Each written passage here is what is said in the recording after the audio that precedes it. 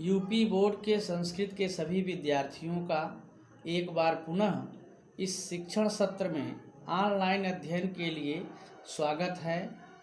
प्रिय छात्रों, अनुवाद के अंतर्गत पिछले भाग में हम लोगों ने संबंध कारक एवं षष्ठी विभक्ति के प्रयोग के नियमों को पढ़ा। अब आइए हम लोग अनुवाद के भाग 11 में अधिकरण कारक एवं सप्तमी विभक्ति के प्रयोग के नियमों को पढ़ते हैं। अधिकरण कारक सप्तमी विभक्ति में पहले देखें कि अधिकरण कारक किसे कहते हैं। तो नियम 1 के अंतर्गत अधिकरण कारक का लक्षण दिया है। आधारोधिकरणम, आधार को अधिकरण कहते हैं, अर्थात जिस समय में या जिस स्थान पर क्रिया का होना पाया जाए वह समय या स्थान क्रिया का आधार होता है और उसे अधिकरण कारक कहते हैं। इसका चिन्ह में पय पर होता है। और नियम 2 सप्तम्यधिकरणे च, इस नियम से अधिकरण कारक में सप्तमी विभक्ति होती है। यह अधिकरण कारक सप्तमी विभक्ति का सामान्य नियम है। बच्चों, आइए इसको उदाहरणों के माध्यम से भली प्रकार समझते हैं। जैसे वह आसन पर बैठता है, यहाँ पर उसके बैठने का आधार आसन है। कहाँ बैठता है? आसन पर बैठता है। अधिकरण कारक का चिन्ह पर भी लगा हुआ है, इसलिए यहाँ पर आसन अधिकरण कारक होगा। और नियम 2 के अनुसार इसमें सप्तमी विभक्ति होगी, तब अनुवाद हो जाएगा वह सह आसन पर आसने, सप्तमी एक वचन है, बैठता है उपविशति, सह आसने उपविशति। दूसरा उदाहरण, हम लोग नदी में स्नान करते हैं। यहाँ पर हम लोगों के स्नान करने का आधार क्या है? नदी है। कहाँ स्नान करते हैं? नदी में स्नान करते हैं। और अधिकरण का चिन्ह में भी स्पष्ट रूप से दिख रहा है। तो यहाँ पर नदी अधिकरण कारक होगा, इसमें सप्तमी विभक्ति लगेगी।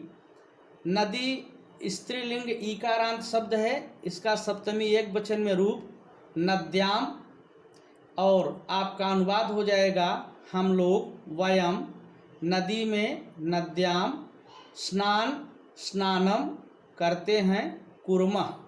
चूँकि हम लोग उत्तम पुरुष बहुवचन है, इसलिए उत्तम पुरुष बहुवचन लट लकार में होगा कुर्मः। मैं सुबह स्नान करता हूँ। यहाँ पर मेरे स्नान करने का समय सुबह है। स्नान करने का जो आधार है वो सुबह है। चूँकि परिभाषा में आपने देखा कि जिस समय या जिस स्थान पर क्रिया का होना पाया जाए वह आधार होता है और उसे अधिकरण कारक कहते हैं। तो यहाँ पर सुबह आधार हुआ अधिकरण कारक, इसमें सप्तमी विभक्ति होगी और तब अनुवाद आपका हो जाएगा अहम प्रातः काले स्नानम करोमि। लड़के कक्षा में पढ़ रहे हैं। यहाँ पर लड़कों के पढ़ने का आधार कक्षा है, यानी कहाँ पढ़ रहे हैं? कक्षा में पढ़ रहे हैं। चिन्ह भी में लगा हुआ है, तो यहाँ पर कक्षा अधिकरण कारक होगा, इसमें सप्तमी विभक्ति लगेगी और अनुवाद हो जाएगा लड़के बालकाः कक्षा में कक्षायाम पढ़ रहे हैं पठन्ति। क्योंकि ये प्रथम पुरुष बहुवचन का कर्ता है तो क्रिया भी प्रथम पुरुष बहुवचन की होगी पठन्ति, और अनुवाद आपका हो जाएगा बालकाः कक्षायाम पठन्ति। एक और उदाहरण देखें, पक्षी पेड़ों पर रहते हैं। यहाँ पर कहाँ पर पक्षी रहते हैं? पेड़ों पर। पक्षियों के रहने का आधार पेड़ है, इसलिए यह अधिकरण कारक होगा। सप्तमी विभक्ति हो जाएगी, बहुवचन है तो वृक्षेश, और अनुवाद हो जाएगा पक्षी। चूँकि पक्षी एक नहीं रहते हैं, बहुत से रहते हैं, इसलिए पक्षी में बहुवचन होगा। खगाः पक्षी वृक्षेषु, पेड़ों पर निवसन्ति रहते हैं। तो इस प्रकार बच्चों हमने देखा कि जो क्रिया का आधार होता है, जहाँ पर क्रिया का होना पाया जाए, जिस समय में या जिस स्थान पर, वह अधिकरण कारक होता है और उसमें सप्तमी विभक्ति होती है। जैसा कि यहाँ पर हमने किया, आसन में, नदी में, सुबह, कक्षा और पेड़ों में सप्तमी करके, आसने, नद्याम, प्रातः काले, कक्षायाम, वृक्षेषु। यदि एक वचन है आधार तो एक वचन का रूप होगा, जैसे आसने, नद्याम, और बहुवचन है तो सप्तमी बहुवचन होगा, जैसे वृक्षेषु। द्विवचन है तो द्विवचन का होगा। यह अधिकरण कारक और सप्तमी विभक्ति से संबंधित सामान्य नियम है, इसे भली प्रकार से समझ लें। अब सामान्य नियम से हटकर भी कुछ नियम हैं जिसके द्वारा सप्तमी विभक्ति का प्रयोग होता है। अधिकरण कारक न होने पर भी सप्तमी विभक्ति लगाई जाती है। आइए उन विशेष नियमों को भी हम लोग पढ़ते हैं कि वो नियम कौन कौन हैं।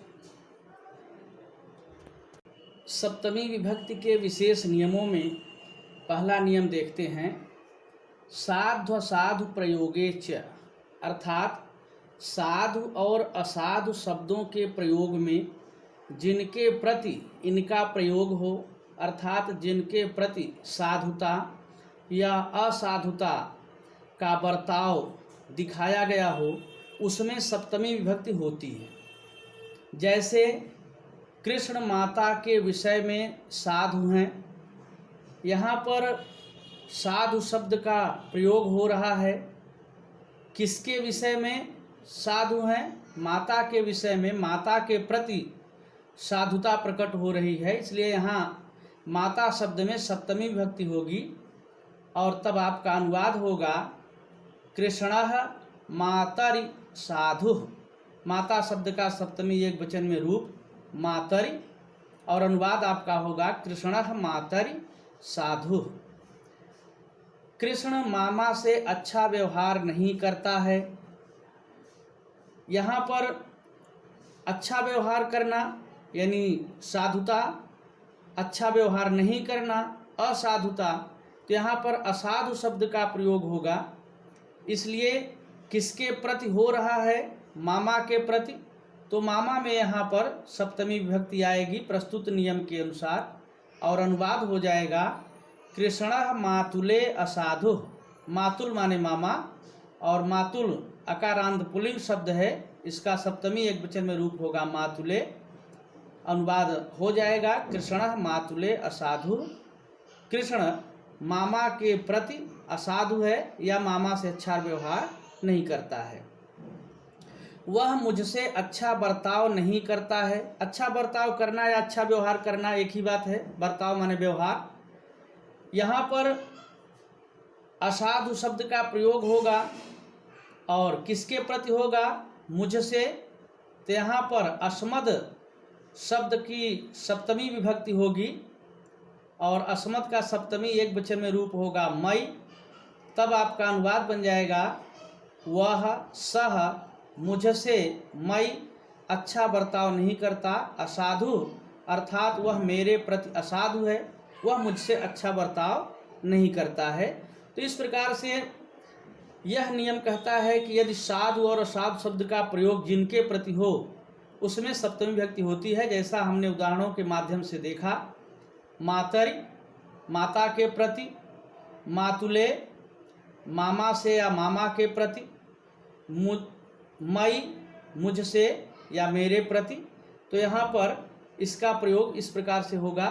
इसी प्रकार अन्य वाक्य यदि आते हैं जिनका अनुवाद करना है, उसमें ऐसा आया है जिसमें साधु और साधु शब्द का प्रयोग करना है, तो जिसके साथ करना है उसमें सप्तमी विभक्ति लगाकर अनुवाद करेंगे, जैसा इसमें किया गया है। सप्तमी विभक्ति का एक और महत्वपूर्ण नियम देखें। इस नियम से संबंधित अनुवाद परीक्षा में बहुत पूछा जाता है।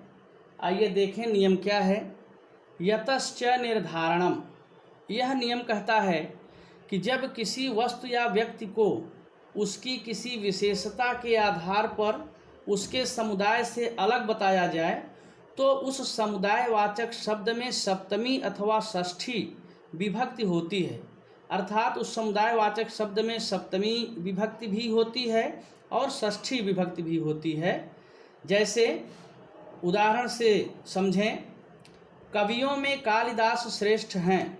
यहाँ पर श्रेष्ठता के आधार पर कवियों के समूह में से कालिदास को अलग बताया गया है। तो यहाँ पर जो समूह या समुदायवाचक शब्द है कवि, इसमें सप्तमी विभक्ति भी होगी और षष्ठी विभक्ति भी होगी। तो सप्तमी विभक्ति करके अनुवाद करते हैं, कविषु कालिदासः श्रेष्ठः। कविषु में सप्तमी विभक्ति, चूँकि यहाँ कवियों बहुवचन है तो सप्तमी बहुवचन में होगा कविषु कालिदासः श्रेष्ठः। और यदि सप्तमी नहीं करते हैं तो षष्ठी होगी, कवि नाम कालिदासः श्रेष्ठः।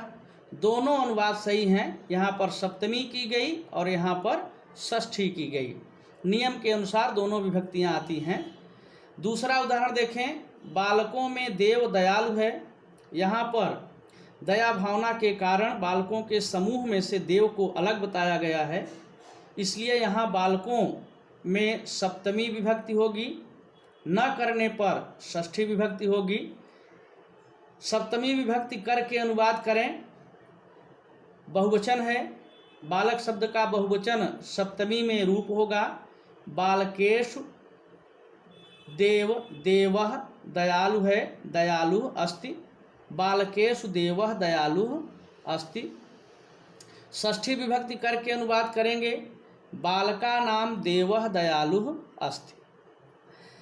तीसरा उदाहरण देख लें, पर्वतों में हिमालय सबसे ऊंचा है। बहुत पूछा जाता है परीक्षा में यह वाक्य अनुवाद करने के लिए। यहाँ पर ऊंचाई की विशेषता के आधार पर हिमालय को पर्वतों के समूह से अलग बताया गया है, इसलिए समूहवाचक शब्द पर्वत में सप्तमी विभक्ति करके अनुवाद करें, पर्वतेषु हिमालयः सर्वोच्चः अस्ति। और सप्तमी न करके षष्ठी करें, पर्वता नाम हिमालयः सर्वोच्चः अस्ति। नियम के अनुसार दोनों अनुवाद सही हैं। यहाँ पर सप्तमी विभक्ति करके अनुवाद किया और यहाँ पर षष्ठी विभक्ति करके अनुवाद किया। तो इस बात का ध्यान रखें कि दोनों विभक्तियाँ लगा करके हम अनुवाद कर सकते हैं। यदि ऐसा वाक्य आया है जिसमें उसकी किसी विशेषता के आधार पर उसके समुदाय या समूह से उसे अलग बताया जा रहा है, जैसा कि इन उदाहरणों में हमने देखा, तीनों उदाहरणों में, तो उसमें हम समूहवाचक शब्द में सप्तमी विभक्ति लगाएंगे। जैसे कविषु, बालकेषु, पर्वतेषु, सप्तमी नहीं लगाकर षष्ठी भी लगाएंगे, कवि नाम, बालका नाम, पर्वता नाम, तो भी आपका अनुवाद सही है। तो ये बच्चों सप्तमी विभक्ति से संबंधित नियम थे जो अनुवाद के लिए अत्यंत आवश्यक हैं। इनको भली प्रकार से आप लोग समझ लें, हो सके तो पुस्तिका में नोट कर लें और इससे संबंधित और अनुवादों का अभ्यास करें।